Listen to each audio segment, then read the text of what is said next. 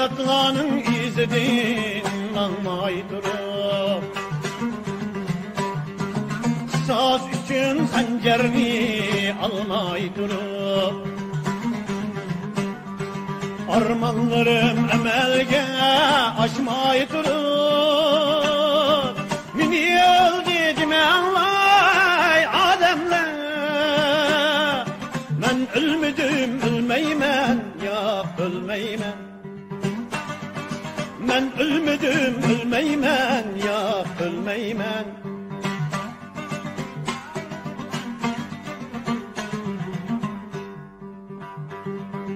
Kök bayrağını vatenge asmay durup, düşmanlarını tamamı atmay durup, azaplığının tanrı atmay durup, mini öldürdüm anlay ademler. Ben ölmedim ölmeymen ya ölmeymen. Ben ölmedim ölmeymen ya ölmeymen.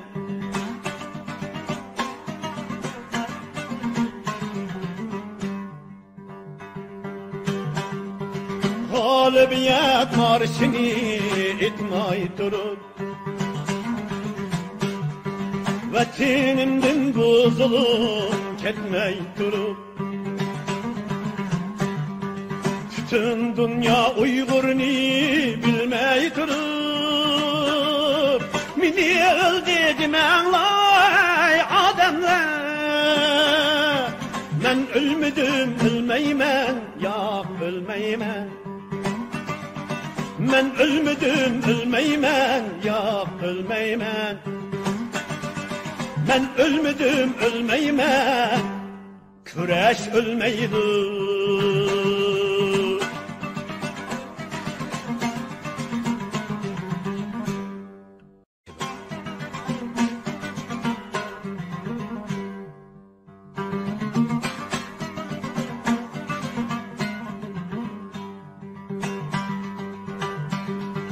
Aydatlanın izidin almay durup,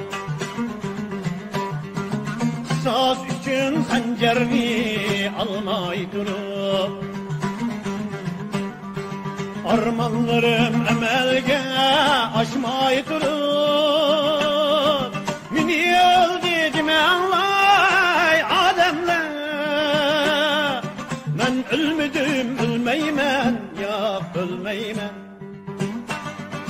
Ben ölmedim ölmeymen ya ölmeymen.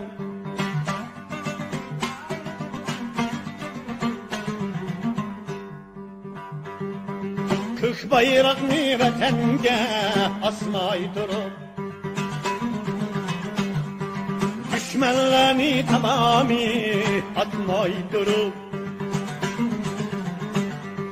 azaplığının tanrı atmay durup, mini öldürdüm anlay ademler. Ben ölmedim ölmeymen ya ölmeymen. Ben ölmedim ölmeymen ya ölmeymen.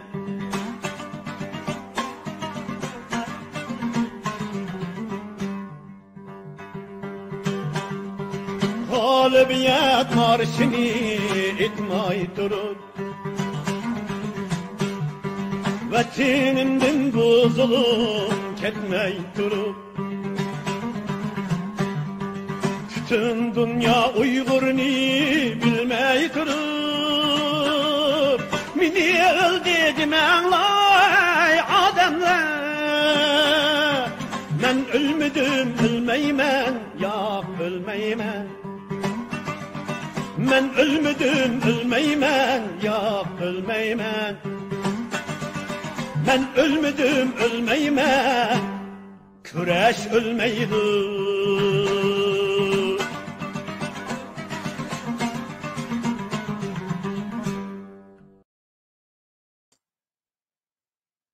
Evet.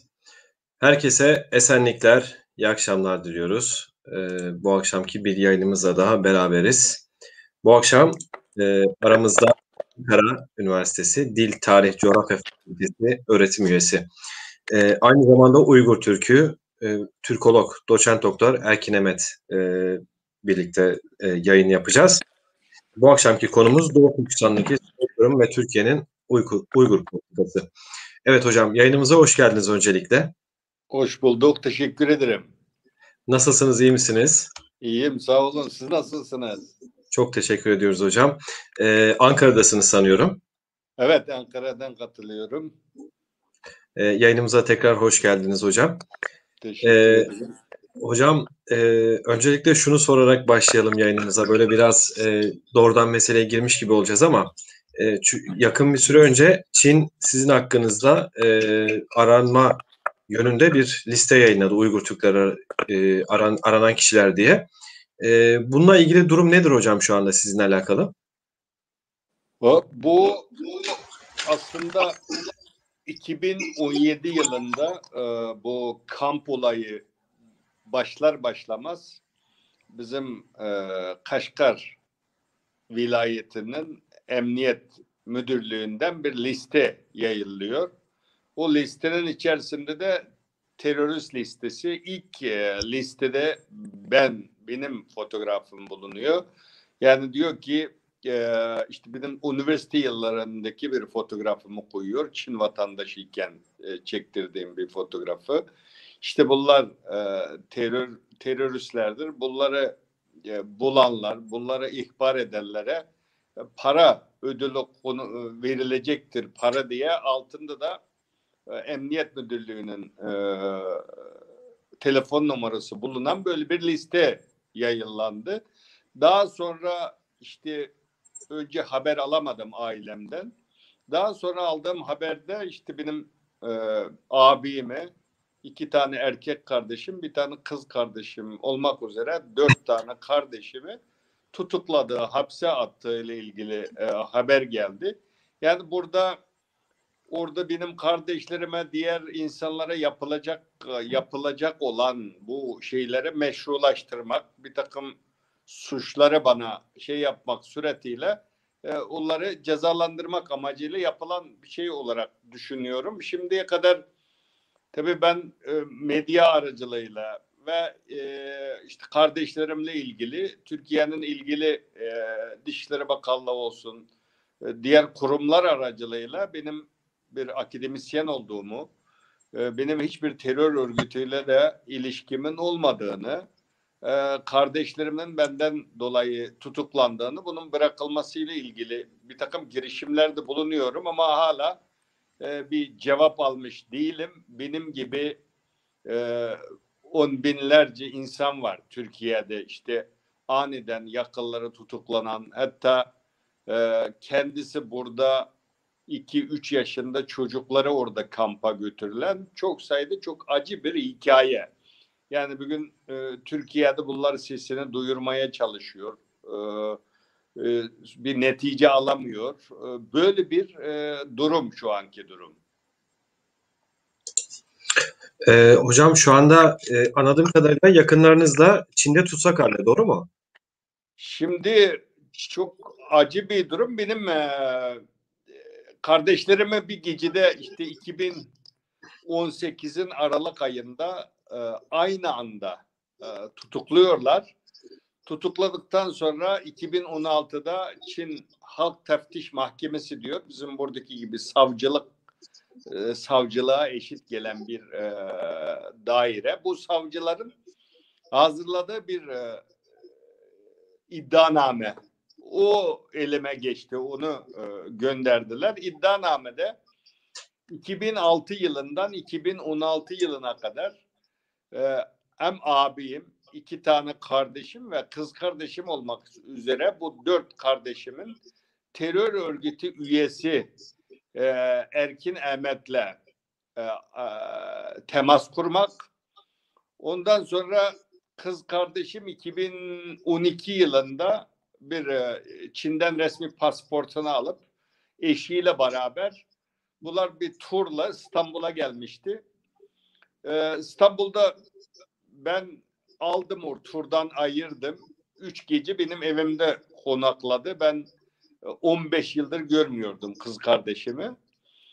Şimdi geleneğimiz bizim hep Türk milletinin geleneğinde var. Biri gittiği zaman hediyeler verilir. İşte uzun yıldır görmemiş işte abilerim, kardeşlerim bana bazı hediyeler göndermiş. O kız kardeşime de benim teröristin evinde konakladığı için 3 gece için 3 yıl benimle irtibat kurduğu için 12 yıl olmak üzere teröre maddi yardımda bulunma suçundan kız kardeşim 15 yıl, diğer kardeşlerim de 12 yıldan hapis cezasına çarptırılmış durumda. Çok acı bir şey. Yani bu insanlık dışı bir uygulama. Bu tek benim bir tane örnek bu. Benim gibi on binlerce dışarıda yaşayan insanlar, yani milyonlarca 30 milyon civarında Çinli yaşıyor dışarıda. İşte bütün dünya ülkelerinde 30 milyon Çin ırkından olan insanlar yaşıyor. Onlara hiçbir şey yok ama biz sadece Uygur Türk'ü olduğumuz için, Müslüman olduğumuz için, Doğu Türkistanlı olduğumuz için benim gibi milyonlarca Uygur'un işte yakınları bu tip şekilde cezalanmış durumda. Yani bu 4-5 aydan beri İstanbul Konsolosluğu'nun önünde ailem nerede diye bir eylem devam ediyor. Belki sosyal medyadan da görmüşsünüzdür. Bu eylem de bunun gibi bir eylem. Yani kimse burada öğrenci, kimse burada Türk vatandaşı olmuş, kimse çeşitli nedenlerle Türkiye'ye gelmiş. Bunların yakınlarını sadece Türkiye'de yakınları olduğu için, Türkiye'ye gelip gittiği için, Türkiye'yle ticaret yaptığı için işte 10 yıldan başlayıp daha 25-26 yıla kadar hüküm giymiş çok sayıda insan var. Yani böyle bir durum şu an. Anladım. Hocam çok geçmiş olsun. En kısa sürede tabii ki bizim de temennimiz sizin yakınlarınızın ve tüm Uygur Türklerinin özgürlüğüne, bağımsızlığına ve insanlık onuruna yakışır bir hayat sürebilecek bir vaziyete kavuşmasıdır. Hocam şunu sormak istiyorum. Tabii ki biz yani gerçek ortada ama sizden tekrar duymak babında soruyorum bunu. Şimdi hukukun az buçuk işlediği ülkelerde yani bir hüküm verilebilmesi için ortada delillerin olması gerekir. Bu delillerin sağlam olduktan sonra bir kişi hüküm giydirilir ve o suçla birlikte hapsedilir. Ya da başka çeşitli cezai müeyyidelere karşılık gelir. Burada yani Çin'de böyle bir şey yok herhalde. Yani mahkeme nasıl bir mahkeme süreci işliyor, hukuk süreci? Şimdi orada bu yani hukuk dediğimiz zaman o bir hukuk devleti değil, yani kanun devleti değil. Dolayısıyla orada bakın terörist olmanın, yani terörist olarak nitelemenin 72 çeşit belirtisi diye yayınladı bunun için medyasında. Çok absürt şeyler var. Mesela diyelim evinizde bir çadır olması mesela. Örneğin bir aklıma gelenini söylüyorum. Mesela evde bir çadır bulundurmak ya da evde vücut geliştirmek için bir takım spor aletlerinin bulundurulması. Ondan sonra evde herhangi bir dinle ilgili bir kitabın bulunması. Ondan sonra yasaklanan çok sayıda kitap var Doğu Türkistan'da. Kendisi devlet yayınlamış eskiden ama 2017'den sonra bu kitapları suç unsuru olarak listelemiş. Bu tip şeyler bir sürü böyle ne derler. Mesela evinizde çok misafir davet etmek mesela. Evde bulaşık çok fazla, bir gün polis geldi. Siz eğer misafir davet ettiyseniz bu da bir terör sayılıyor. Mesela diyelim bu çadırla acaba bu bir terör örgütüne üye olmak için dağlara çıkacak mı şeklinde öyle dağa çıkan Uygur da yok da işte bunu böyle çok saçma şeyler suç belirtisi olarak size götürüyor. Götürdükten sonra sizin avukat tutup işte o suçsuz olduğunuzu kanıtlayıcı bir takım mekanizma çalışmıyor. Yani böyle bir şey yok. Mesela ben şimdi benim kardeşlerimi öyle diye içeriye atmış. Şimdi benim dosyam uluslararası yasa gereği, ben Türk vatandaşıyım. Mesela benim dosyamı Türkiye makamlarına vermesi lazım. Ben eğer bir Çin'in iddia ettiği gibi bir teröristsem, hangi terör örgütüne üye olmuşum, hangi şiddete başvurmuşum, bunların hepsini Çin belgeleyerek vermesi lazım. Böyle bir şey söz konusu değil. Bakın bu kaç gündür medyada bir şey var. Mesela bir tane Doğu Türkistan'ın Kaşgar ilçesinden, Kargalık bölgesinden bir arkadaşımız ta 1980 yılında 6 yaşındayken Türkiye'ye geliyor, Türk vatandaşı oluyor. Sonra tabii büyüdükten sonra iş adamı oluyor. Memleketi orası olduğu için orayla devlet de zamanında teşvik etti. Dedi iki ülke arasındaki ticari ilişkileri geliştirin, ticaret yapın diye. Çok sayıda Uygurlar bölgeyle konfeksiyon, işte tekstil, çeşitli alanlarda Türkiye'yle ciddi bir ticari ilişki vardı bölgenin. Bunu Çin'de izin verdi. Hatta 2014 yılında şu anki Sayın Cumhurbaşkanımız başbakanken bölgede Ürümçi'de işte Türk Ticaret Merkezi de açıldı. Böyle bir siyaset vardı. Şimdi bu arkadaş 2017'de kamp olayı başlıyor. O zaman da diyor ki ben suç işlemedim, dükkanımı açıp devam edeyim diye Pekin'de Ürümçi'de dükkanları var. Şimdi bu 2018'e geldiği zaman polis tutukluyor. Tutukladıktan sonra Kargalık dediği o ilçeye, nahiyeye götürüyor. Eşiyle ikisini, pasportu, her şeyine el koyuyor. Türk pasportu. Kampa atıyor. Şimdi burada 4 tane çocuğu İstanbul'da. Burada doğmuş, büyümüşler, Türk vatandaşılar. Bunlar çırpınıyor, uğraşıyor. Uzun uğraşı neticesinde geçen hafta görüntülü olarak kızıyla görüşmeye izin vermiş. Şimdi kızı soruyor, baba diyor, sen Türk vatandaşı değil misin? Sen niye seni böyle aldı diyor. Adam konuşamıyor. Yanında 2 tane polis var. Böyle ara sıra kameradan polise bakıyor.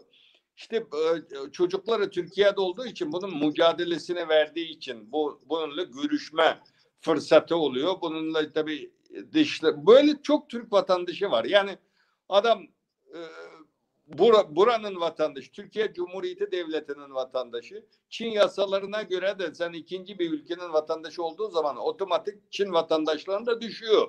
Ama adam cezalamak için öyle absürt bir takım suçlamalarla seni götürüyor. Bunu bir avukat tutup senin suçsuz olduğunu ifade etme şansın da yok. Böyle çok sayıda Türk iş adamları var. Bakın zamanında mesela 2000'lerden itibaren ta 97-98'lerden itibaren hem Türkiye Cumhuriyeti Devleti hem Çin bu tip ticari ilişkileri teşvik ettiler. Hatta Çin Cumhurbaşkanı geldiği zaman bazı Uygur iş adamlarını, Türkiye'yle iş yapan iş adamlarını buraya getirdiler heyet halinde. Dedi ki bakın dedi Türkler de çok bizde böyle bir ayrımcılık yok. Türk kökenli iş adamları da çok zengin olabiliyor diye. Hatta Türk vatandaşı olan iş adamları vardı. Mesela ben şimdi adını söylemek istemiyorum bir takım şeyleri devam ettiği için. Bunlar Doğu Türkistan'da çok büyük yatırımlar yaptı. Ticaret merkezleri kurdu. Türk ürününe çok büyük bir rağbet var bölgede. Dolayısıyla bunları bir gecede tutukluyorlar. Bütün malına, mülküne el koyuyor. Şimdi bunlar Türkiye Dışişleri Bakanlığı aracılığıyla bu işi çözmeye çalışıyor. Kimse bunları muhatap almıyor. Zamanında Cumhurbaşkanı heyetinin içinde yer alıp devletin teşviğiyle bu işi yapan adamlar bugün bu duruma düşmüş durumda. Evet hocam, yani şimdi yani dikkat çektiğiniz noktalarda bizim de programımızın ana esası bakımından paralel örtüşen bazı bilgiler aktardınız. Türkiye'nin Uygur politikası üzerinden de bu akşam bahsi açacaktık ancak hemen yayının arasında çok kısa birkaç bilgi aktarmak istiyorum bizi izleyenlere. Yayınlarımızı bize YouTube ve Facebook üzerinden izleyen değerli izleyenlerimiz, hocamıza soracak olduğunuz soruları, yöneltmek istediğiniz soruları buradan bize ulaştırabilirsiniz. Ben sorular arasından hocamıza soruları aktaracağım. Daha sonrasında da hocamız sorulara yanıt verecek. Hocam şimdi Türkiye'de bir politika konusunda, yani özellikle Doğu Türkistan politikası ile alakalı biz sanki bir değişim olduğunu gözlemliyoruz. Sizler bunu ne derece hissediyorsunuz? Doğu Türkistan'daki Uygurlar, Türkiye'deki Uygurlar bunu ne derece hissediyor? Sanki olumsuz bir gidişat var gibi. Bu bizi tabii ki rahatsız ediyor ve üzüyor. Siz nasıl değerlendiriyorsunuz hocam? Şimdi biraz geriye gitmemiz lazım. Şimdi bu sene Türkiye Cumhuriyeti Devleti ile Çin Halk Cumhuriyeti'nin diplomatik ilişki kurduğunun 50. yılı. Dolayısıyla bir süre etkinlikler yapılıyor. Da geçen hafta Yunus Emre Enstitüsü kuruldu Pekin'de. Çok uzun yıldan beri uğraşıyordu ikili şeylerde. Kültür merkezi açıldı. Tabii Türk kültürüne, orada Türkçeyi, Türk kültürünü Çin'de tanıtmak için bu önemli. Şimdi 1971'den bugüne kadar 50 yıllık bir Türkiye-Çin ilişkisi var. Çin Halk Cumhuriyeti 49'da kuruluyor. 49'da kurulduğu zaman da 1970'lere kadar Çin Halk Cumhuriyeti'nin Birleşmiş Milletler'de üye değil. Biz Türkiye Cumhuriyeti Devleti olarak da o zaman Tayvan'la, yani o demokratik Çin Halk Cumhuriyeti kurulduğu zaman bu milliyetçi Çin biliyorsunuz savaşta mağlup geliyor. Bunlar Tayvan adasına geçiyorlar. Burada Tayvan Cumhuriyeti kuruluyor. Türkiye'nin Tayvan'la diplomatik ilişkisi vardı. 70'te Kissinger'in Çin ziyareti var.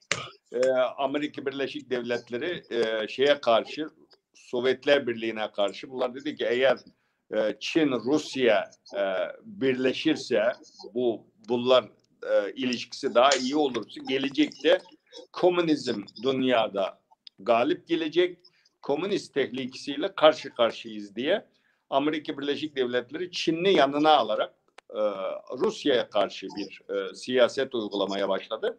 Bu zaman 1978'e gelindiği zaman, Mao öldükten sonra Amerika'ya dedi ki biz kapımızı sana açıyoruz, yatırımını yap, sermaye getir, biz seninle işbirliği yapacağız dedi. Amerika Birleşik Devletleri de ciddi bir bölgede yatırım yaptı. Avrupa her yere kapısını açtı. Çin'in bugün bu ekonomik olarak böyle bir yükselmesinde de hem Batı ülkelerinden Amerika'nın büyük payı var burada. Şimdi güçlendikten sonra dünyaya bir tehdit olarak ortaya çıkmış durumda. Şimdi Türkiye'de NATO üyesi bir ülke, Avrupa Birliği'ne girmek isteyen bir hukuk her bakımdan Avrupa ölçeklerinde gelişen bir ülke olduğu için Türkiye'de Çin'le olan ilişkinin bu Amerika Birleşik Devletleri ile beraber 71'den itibaren diplomatik ilişki kurdu. 1995'lere kadar çok yoğun bir ticari ilişkimiz yok Türkiye Cumhuriyeti Devleti'nin. Çok seyrek. Yani bu 12 Eylül ihtilalından sonra Kenan Evren yönetime el koyduktan sonra ilk ziyaretini biz onu o zaman üniversite öğrencisi Pekin'de yapıyor. Ondan sonra Anavatan Partisi döneminde Çin ve Rusya ile olan ilişkileri geliştirme stratejisi uygulamaya konuluyor. Çin'le olan ticari hem siyasi ekonomik ilişkileri geliştirme bazında ciddi bir gelişim. Biz de o çerçevede Türkiye'ye Çin'in kapısı açıldıktan sonra gelen öğrencilerdik o zaman. Sonra 97'den itibaren Çin Doğu Türkistan meselesinde Türkiye'yi bir tehdit unsuru olarak, çünkü STK'lar İsa Yusuf Alptekin'in burada olması o zaman vefatından önce Türkiye'ye bir baskı unsuru oluşturmaya başladı. Sonra bu üçlü hükümet döneminde ilk olarak Devlet Bey Başbakan Yardımcısı olarak Doğu Türkistan'ı ziyaret etti. Böylece Doğu Türkistan'ın kapısı Türkiye'ye açılmış oldu. O zaman işte Başbakan Bülent Ecevit Çin Başbakanı'yla basın toplantısında da Türkiye-Çin ilişkilerinde Uygurların köprü rolü oynaması gerektiğini, Uygurlar iyi yaşadığı müddetçe bu iki ülkenin ilişkisinin gelişeceğini vurguladı. Sonra AK Parti hükümeti iktidara geldi. O zamanda da partinin ilk tüzüğünde, parti programında ilk kurulduğu zaman Çin ve Rusya ile olan ilişkiyi geliştirmek, oradaki Türk soylularla olan ilişkileri geliştirmek, nerede bir mazlum olsa biz onların yanındayız programı vardı. İkinci kurultayda bu Çin'deki işte Uygurlarla falan dediği kelim çıkarılıyor ikinci şeyde. Sonra 2009'a geldiğimiz zaman 2009'da Ürümçi katliamı oldu biliyorsunuz. İlk defa Türkiye'de hem ulusal medyada hem siyasi şeylerde çok üst düzeyde mesele gündeme geldi. O zaman Sayın Başbakanımız o zaman adeta soykırımı diye bir açıklama yaptı. Bu açıklamadan sonra Çin böyle bir şey beklemiyordu. Yani böyle bir sert bir tepki beklemiyordu. Ondan sonra Türkiye'ye karşı bir siyaset değişikliğine gidildi. Türkiye'de özellikle bu 2015'ten itibaren Türkiye Çin'le olan ilişkiyi geliştirme politikasına başladı. Yani bunu şu anda da hissediyoruz. Yani bu yani Ürümçi'de bir Ürümçi katliamında adeta soykırımı diyen Sayın Başbakanımız, Cumhurbaşkanı bugün orada ciddi bir soykırım yapılıyor. Fakat tabii Dışişleri Bakanı şimdiye kadar 2 defa hem Birleşmiş Milletler'de, Cenevre'de hem Ankara'da açıklama yaptı. Dışişleri Bakan Sözcüsü 2 defa açıklama yaptı. AK Parti Sözcüsü Hüseyin Çelik Bey 4-5 defa açıklama yaptı. Ama özellikle 2016 bu FETÖ kalkışmasından sonra, bu FETÖ terör örgütü kalkışmasından sonra Türkiye'nin hem Amerika hem Batı ile olan ilişkisinin biraz şey olması, kötüleşmesi Türkiye'yi Çin ve Rusya'ya yaklaştırdı. Yani bunu hissediyoruz. Yani Türkiye'nin bir beklentisi var. Diyor ki biz gelişmekte olan bir ülkeyiz. Sermayeye ihtiyacımız var. Yatırım gelsin, istihdam sağlansın diyor. Teknoloji transferine ihtiyacımız var diyor. Teknoloji bekliyoruz diyor. Özellikle 2013'te bu Bir Kuşak Bir Yol projesini Çin Astana'da ilan etti. İlan edince biz de Türkiye önemli bir ülke bu Bir Kuşak Bir Yol üzerinde. Biz de bu İpek Yolu projesinden yararlanarak Türkiye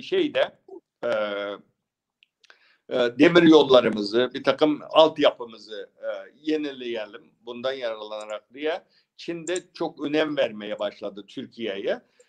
Dolayısıyla bu ilişkilerde bu ilişki geliştikçe Doğu Türkistan meselesinde de biraz işte hissettiğimiz gibi bazı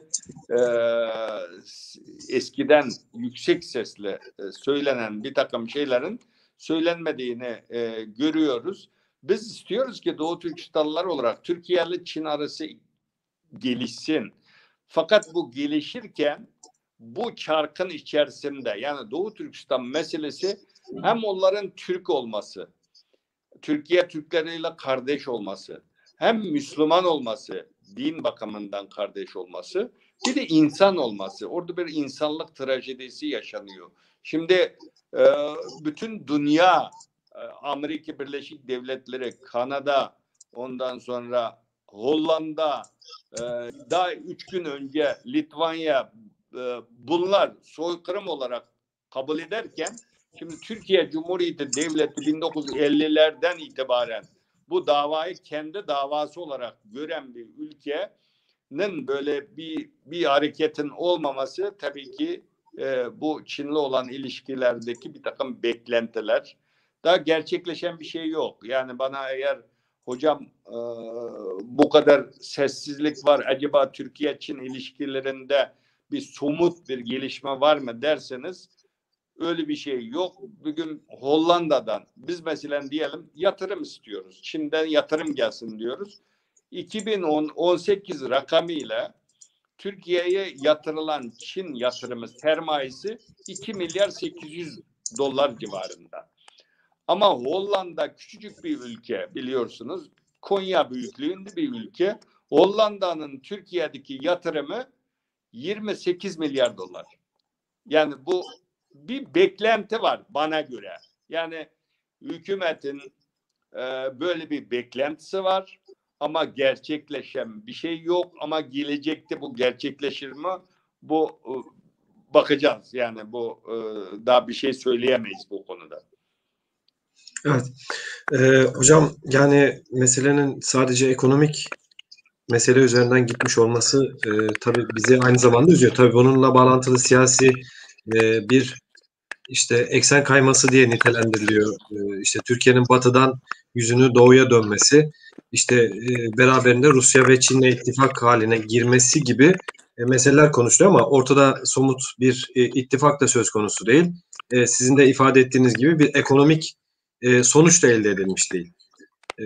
Doğal olarak şu anda Türkiye aslında belki de sağlam temele oturmamış bir siyaset yürütüyor. Bu arada da maalesef ki Doğu Türkistan'daki mücadeleye, Uygur Türklerinin yaşamış olduğu bu sıkıntıya, bu probleme bir anlamda ister istemez destek çıkmamış oluyor ve ya da yeterince destek çıkmış olmuyor gibi düşünüyorum ben. Kendi adıma söylüyorum hocam. Bununla beraber hemen gelen sorulardan da konunun gidişatına uygun bir şekilde size aktarmak istiyorum. Bahar Çebi hocamız Ankara'dan kendisi bir soru iletmiş size hocam. Diyor ki şunu öğrenmeyi çok istiyorum Erkin Bey'den. Biz ne yaparsak ve nasıl davranırsak Türk halkı olarak oradaki soydaşlarımıza, kardeşlerimiz nasıl mutlu olurlar? Bir fayda sağlayamıyoruz. Ne yapmalıyız? Önerileri nedir diye size bir soru yöneltmiş hocam. Evet, şimdi şöyle, bu Türkiye, şimdi pek çok insanın kafasında şu var. Biz çevremizden de duyuyoruz. Ya hoca diyor, yani Çin 1,5 milyar nüfuslu bir ülke. Birleşmiş Milletler Güvenlik Konseyi'nin üyesi. Şimdi biz gösteri yapsak, bir şey yapsak ne faydamız olacak diye soruyor. Ama benim bu 20 kaç yıldan beri ben aktif Ankara'da bu hem Türk-Çin ilişkilerini takip ediyorum, hem Doğu Türkistan davasını bu davanın içindeyim. Dolayısıyla Türkiye'deki kamuoyu şeyi çok önemli.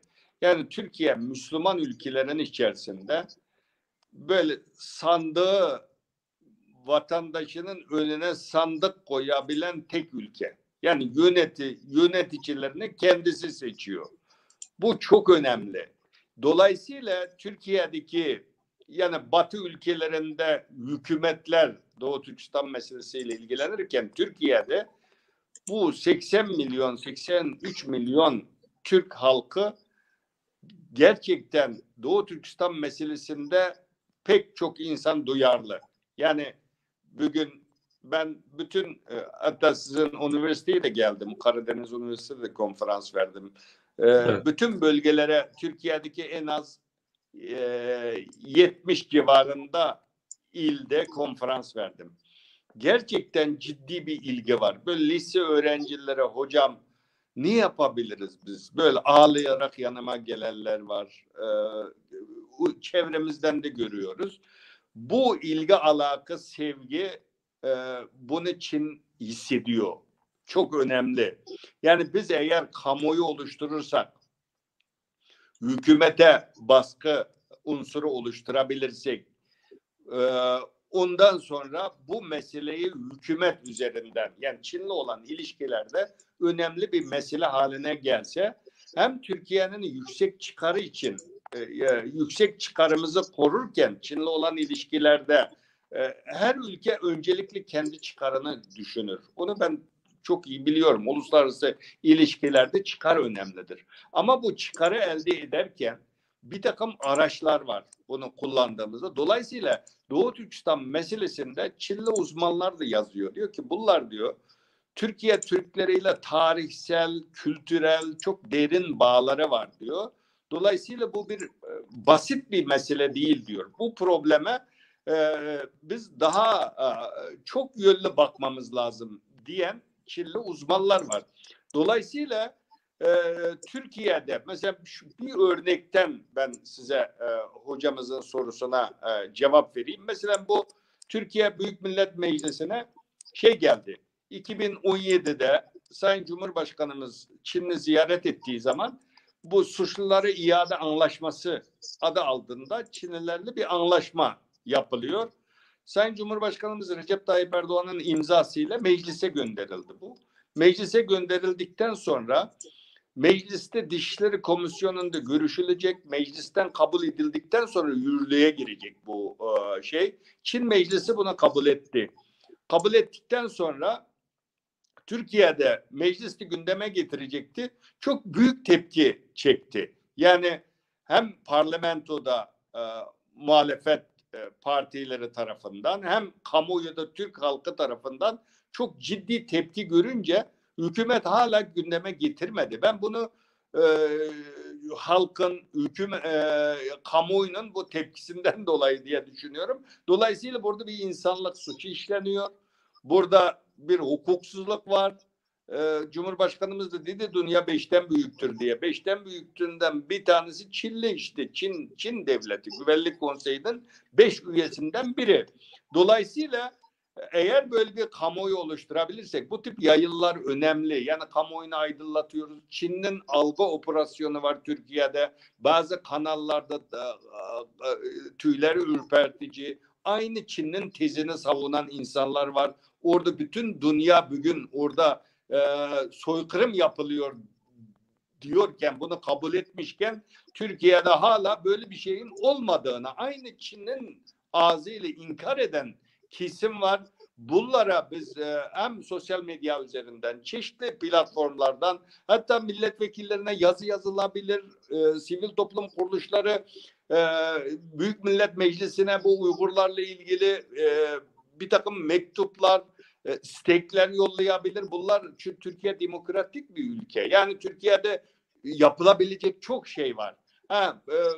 Yani biz niye Müslüman ülkeleri ses çıkarmıyor diye hep yakınıyoruz. Oradan bir şey beklemek mümkün değil. Çünkü halk söz sahibi değil. Halkın yönetimle uzaktan yakından ilintisi yok. Yani orada devlet bazı insanlar aile şirketi gibi yönetiyor ama halkın yöneticini belirleme hakkı yok. Ama Türkiye, Malezya, Endonezya gibi bu tip ülkelerde her şeye rağmen Doğu Türkistan meselesi ciddi şekilde gündeme geliyor.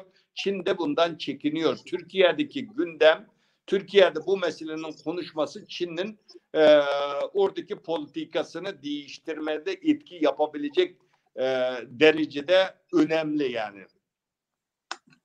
Evet. Hocam tekrar bu açıklamanız için de teşekkür ediyorum.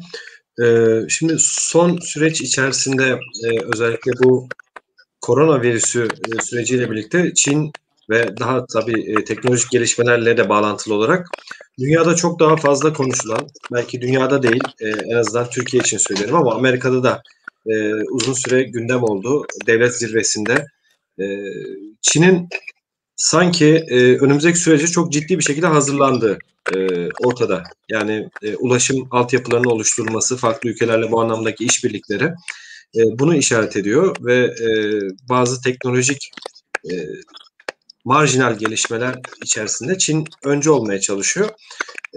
Bir taraftan da bu tarz hem dünyaya açılmaya çalışırken ekonomik ve sosyal olarak diğer taraftan da böyle bir dünyanın kabul etmeyeceği, medeni dünyanın kabul etmeyeceği bir soykırım politikası uyguluyor Doğu Türkistan'da Uygur Türklerine. Yani geçtiğimiz dönem içerisinde gördük hocam. İşte BBC davet edildi ve Uygur soykırımının aslında olmadığını, işte oradaki toplama kamplarının bir eğitim kurumu olduğuna yönelik kendi hazırladıkları görüntülerde bile nasıl açıklar verdiklerini, oradaki kendi mizansenlerine rağmen nasıl gerçeği örtemediklerini de aynı zamanda işaret ettik. Bu anlamda Çin'in bir ikircikli tutumu var. Bu süreç nereye varır hocam? Yani Çin dünyaya açılmaya çalışıyor ama medeni dünyanın içerisinde de bu tarz soykırım gerçeklikleri yok. Reddedilen bir durum.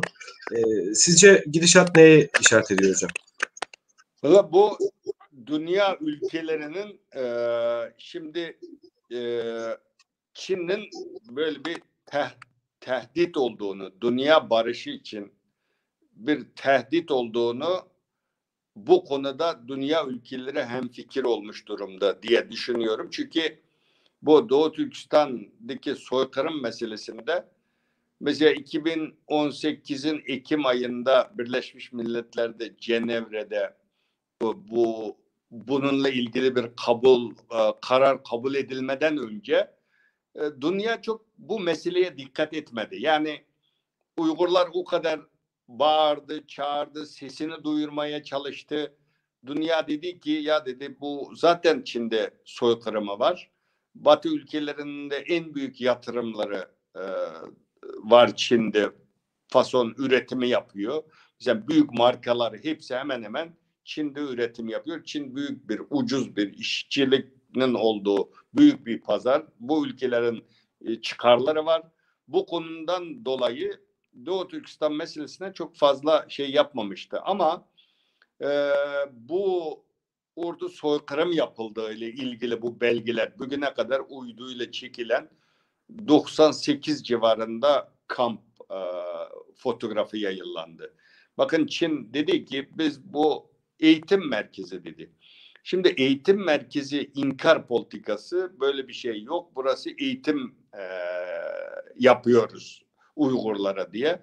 Ama böyle yüksek duvarlar, demir şeyler, ondan sonra silahlı işte askerler, yani eğitim okul böyle olmaz ki. Yani bir sürü bilim adamları içeri yatmış, ölüler şey yapmaya başladı. Şimdiye kadar 9 tane bu kamp şahidi çıktı. 8 tanesi kadın, bir tanesi erkek. Bunların çıkabilmemesindeki sebep kimsenin yabancı vatandaşı, yabancı uyruklu olması, bazısının eşinin yabancı olmasından dolayı 9 kişi çok büyük uğraş neticesinde, yakınlarının uğraşı neticesinde kamptan çıktılar. Buradaki gerçekleri dünyaya anlattı. Yani burada tecavüzden tutun, kısırlaştırma, ne bileyim çok insanlık dışı bir takım uygulamaları dünyayı deşifre ettiler, anlattılar. Sonra Batılılar dedi ki bu biraz vicdani, ahlaki meseleye dönüşmüş durumda. Dolayısıyla Hristiyan cemaati, Vatikan, ondan sonra Yahudi cemaati olsun, bütün dünyadaki insanlık alemi Çin'e karşı buna tepki göstermeye başladı. Çin'in tehdit olduğunu bundan sonra dünya için önünün kesilmesi gerektiğini düşündüler. Bir takım yaptırımlar devam ediyor. Yani bakın bu Amerika Birleşik Devletleri'de Uygur insan hakları yasası diye bir yasa çıkardı. Magnitsky yasa diye bu Çinli olan Çinli ticaret yapan şirketlere yaptırım yapmak için bir yasa kabul edildi.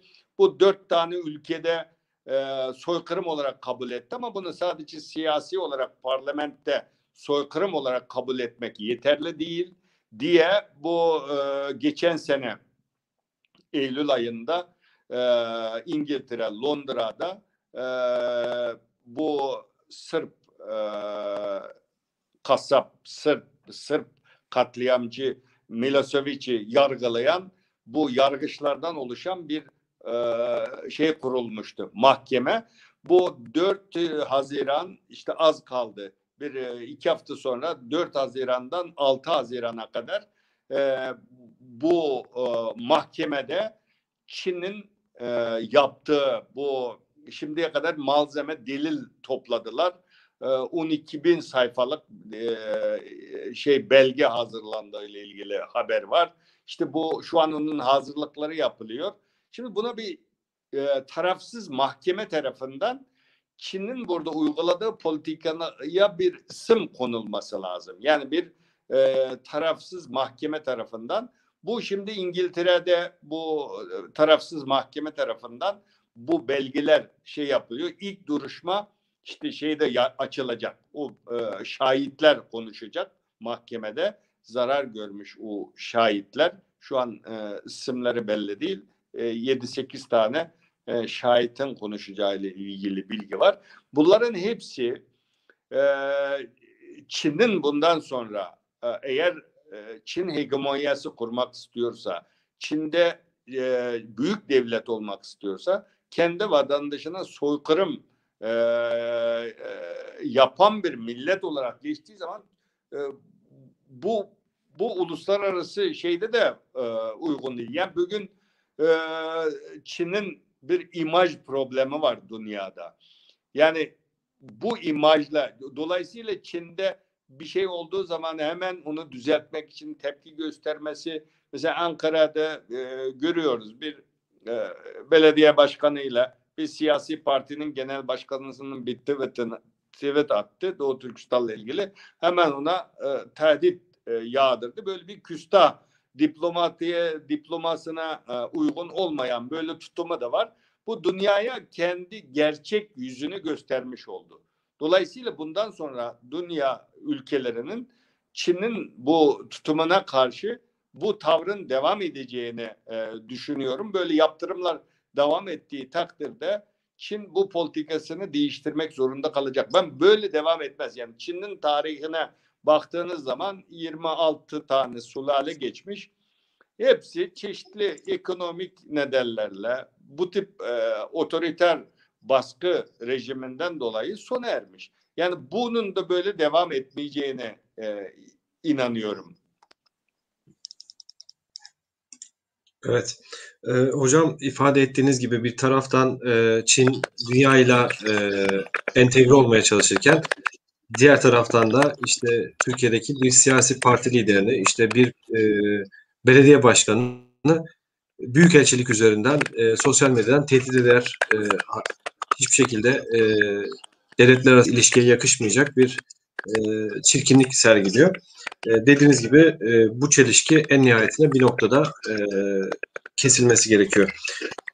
Şimdi hocam yayınımıza özel daha önceden duyurduğumuz bir Mehmet Levent Kaya'nın, şöyle ışıktan gösterelim, Doğu Türkistan'dan haber var. Bulca'da eğitim gördüğü dönemde ki günlüklere ve oradaki kültürel, sosyal hayattan bir takım aktarmaların olduğu eser var. Bu 3 kişiye yayınımızla birlikte bu eseri takdim edeceğiz.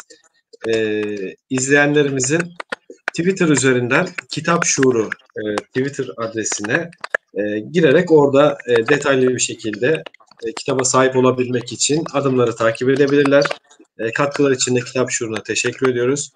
Aynı zamanda da sizin hocam, kıymetli Erkin Emet hocamızın 21. Yüzyıl Uygur Dramı Göç adlı kitabını da tüm izleyenlerimize özellikle öneriyorum. Ben okudum. Çok içerisinde kıymetli bilgiler var. Bunu da arada paylaşmış olalım. Hocam yayınımızın sonuna doğru giderken son sözlerinizi almak isterim. İzleyenlerimize aktarmak istediklerinizi, Doğu Türkistan mücadelesine Türkiye'deki Türkler olarak nasıl katkıda sunulabileceğimizi zaten aktardınız. Gidişatla ilgili ümitli olmalı mıyız? Muhakkak ümitliyiz ama sizden bunu bir kez daha duymak isteriz. Son sözlerinizi almak isterim hocam. Evet, ben bütün Türk gençliğinin özellikle Türk kardeşlerimizin bu meseleyle ilgilenmesini istiyorum. Yani bu mesele bundan sonra önümüzdeki yıllarda Türkiye hükümetleri, yani eskiden beri öyle halkın sevgisi devam ediyor. Dolayısıyla biz bu kamuoyu baskısı oluşturursak hükümetler bu meseleyle ilgilenmeye başladığı zaman bunun bir Türk-Çin ilişkilerinde şu an önemli bir konu haline gelmiş durumda. Yani ben şu an işte Wang Yi geldi, Çin Dışişleri Bakanı. Geldiği zaman bu mesele çok gündeme geldi. Türkiye'de ister istemez bu meseleyi, tabii ben Türkiye'deki şimdiye kadar şu anki hükümet içerisinde olmak üzere eskiden beri hükümetler bu Doğu Türkistan meselesini Çin'le olan ilişkide gündeme getiriyor. Ben bunu getirmiyor demiyorum. Ama bunu bir söylem geliştirilmesi lazım. Bir mesele sürekli gündeme gelen, sürekli bu meselenin çözüm için muzakerelerde, ikili ilişkilerde gündeme gelen bir meseleye dönüşmesi lazım.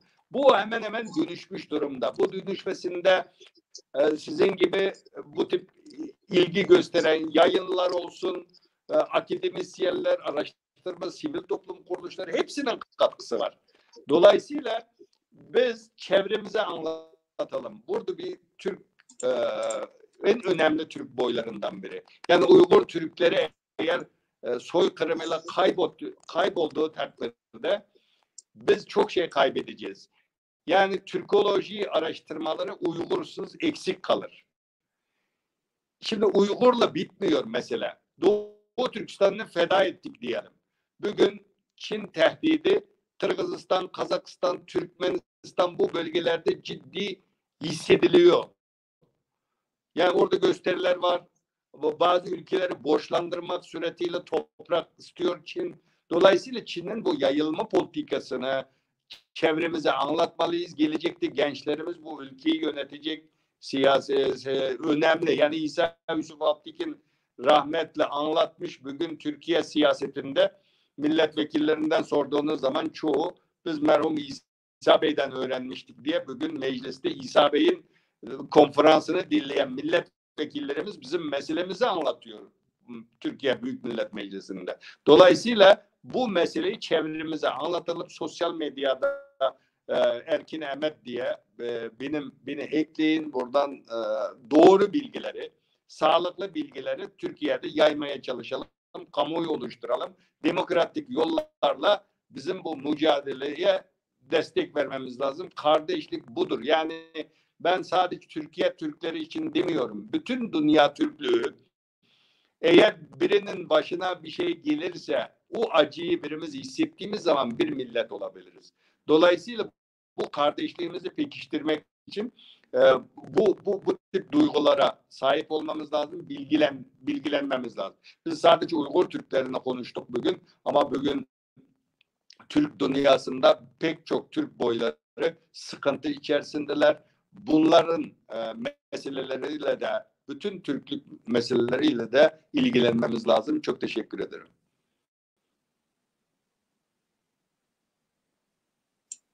Hocam biz çok teşekkür ediyoruz. Zamanınızı ayırdınız. Bizlere Doğu Türkistan mücadelesiyle alakalı bir kez daha farkındalık sahibi olabilmemiz için çok önemli mesajlar verdiniz hocam. Bizi izleyen tüm izleyicilerimize de, daha sonrasında bu yayın kayıtlı kalacak, daha sonrasında izleyecek tüm izleyenlerimize de sabır, dikkat ve Doğu Türkistan mücadelesine ilgileri dolayısıyla çok teşekkür ediyoruz. Umarım Doğu Türkistan'ın yeniden bağımsız olduğu, tüm Türk topraklarında Türk milletinin özgür bir şekilde at koşturduğu günleri hep birlikte temenni ediyoruz hocam. Doğu Türkistan'sız, sizin de söylediğiniz gibi Türk dünyası olmaz, Türkoloji araştırmaları olmaz. Umarım bir sonraki yayınımızda da Uygur Türklerinin ile ilgili Türkoloji araştırmalarını ve sizin yapmış olduğunuz çalışmaları değerlendiririz hocam. Sizin de tabii ki müsaadenizle ve katılmanızla birlikte. Bizi izleyen herkese çok teşekkür ediyorum. Hocam size tekrar teşekkür ediyorum. İyi akşamlar diyorum hocam. Teşekkürler. İyi akşamlar.